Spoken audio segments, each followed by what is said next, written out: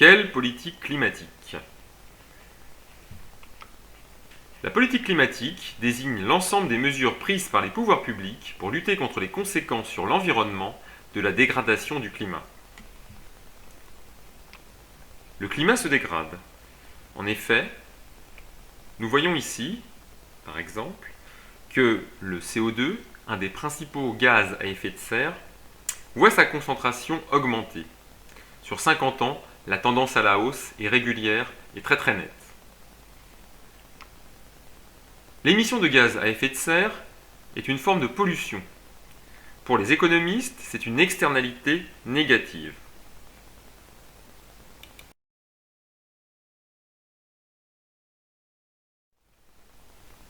La pollution est une externalité négative.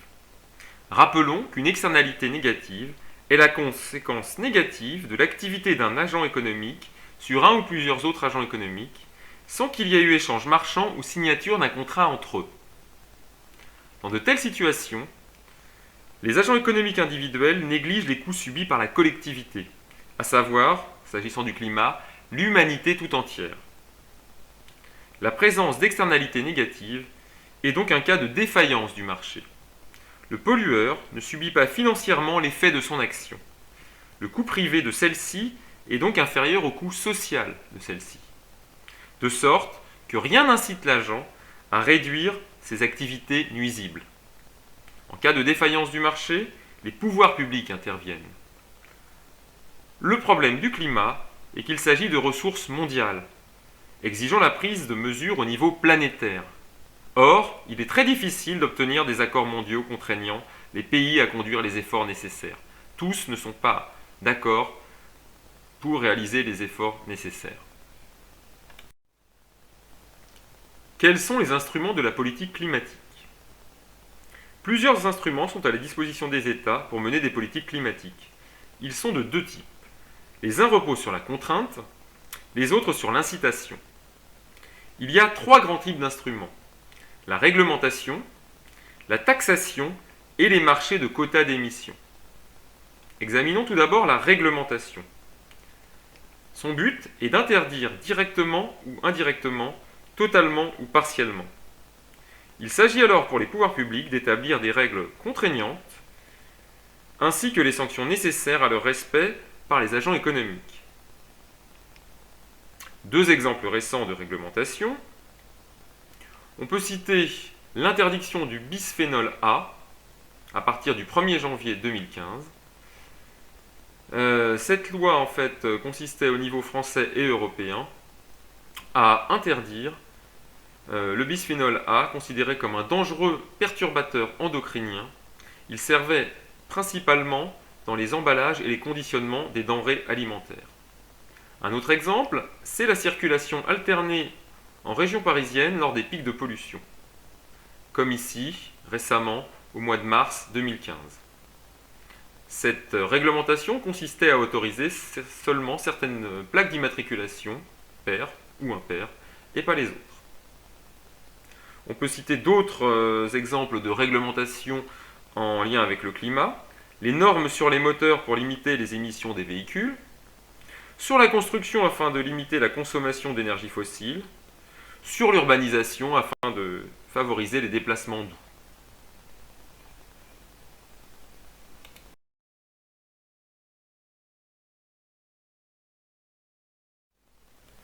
Un second instrument est la taxation.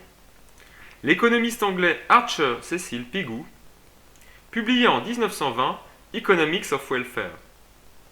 Il proposa l'établissement de taxes imputables aux pollueurs. On parle ordinairement d'écotaxes et de principe du pollueur-payeur. Imposées par les pouvoirs publics, ces taxes constituent pour le pollueur un coût supplémentaire qui s'ajoute à son coût de production, ce qui modifie son calcul de production optimale. À court terme, le producteur est ainsi incité à moins produire, donc à réduire les émissions polluantes. À moyen et long terme, il pourra également être encouragé à utiliser des technologies de production moins polluantes pour minimiser son paiement de la taxe.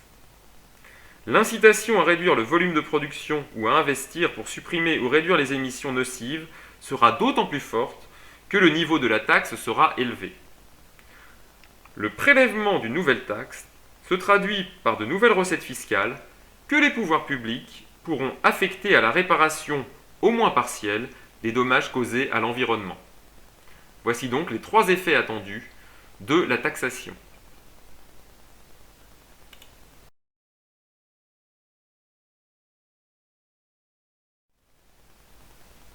La 3e et dernière solution consiste à créer des marchés de quotas d'émissions.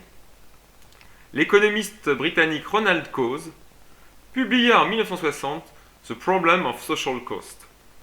Pour cet auteur, l'institution de quotas d'émissions et la création d'un marché de ces quotas, on appelle aussi ça des droits, on les appelle aussi plutôt des droits à polluer, peuvent se substituer avantageusement à l'établissement de taxes.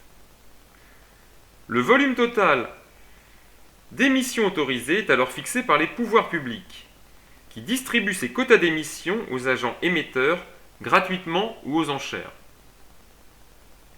Ces quotas sont ensuite échangeables sur le marché ainsi créé, qui détermine un prix par simple confrontation de l'offre, correspondant aux ventes de quotas, et de la demande, correspondant aux achats effectués par les émetteurs.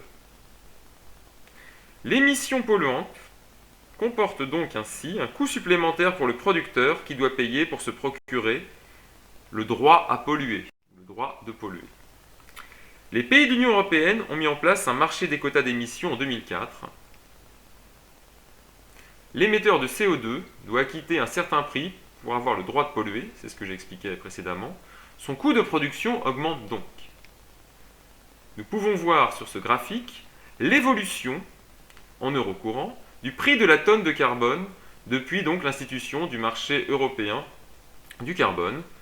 Nous pouvons voir que malgré de fortes fluctuations, la tendance récente sur les dernières années est une très forte baisse du prix de la tonne de carbone, puisque pour la période la plus récente, fin 2012, le prix de la tonne de carbone était de 5 € environ, ce qui est très bas.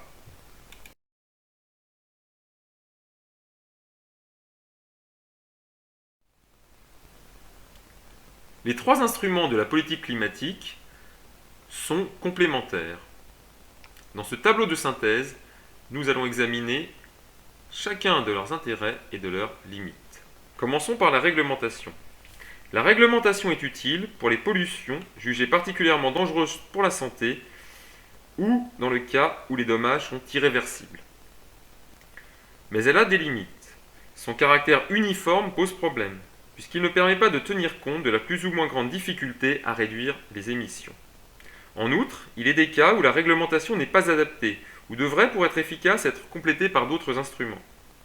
Dans le cas par exemple des règles sur les émissions de carbone des véhicules automobiles, les constructeurs respectent les normes en réduisant la consommation de carburant par kilomètre, ce qui réduit également le coût privé d'usage de ces véhicules, incitant ainsi paradoxalement à parcourir davantage de kilomètres, ce qui contrarie l'objectif de réduction des émissions. Les taxes et marchés de quotas agissent directement et de manière similaire sur les incitations des agents émetteurs et permettent de moduler les efforts de réduction de manière économiquement efficace, c'est-à-dire proportionnellement en fonction des coûts qu'engendre cette réduction. Les taxes procurent parallèlement une recette fiscale supplémentaire. De même que les quotas d'émissions lorsqu'ils sont vendus notamment aux enchères. Toutefois, pour que ces instruments atteignent leurs objectifs, le coût supplémentaire qu'ils représentent pour les pollueurs doit être suffisamment élevé. Or, tant la taxe que le marché des quotas d'émissions peuvent aboutir à la fixation d'un prix trop faible pour le carbone, insuffisant pour inciter à une réduction assez forte des émissions. C'est notamment le cas, on l'a vu sur une précédente diapositive, du marché européen du carbone, sur lequel le prix a été presque toujours depuis son lancement très bas.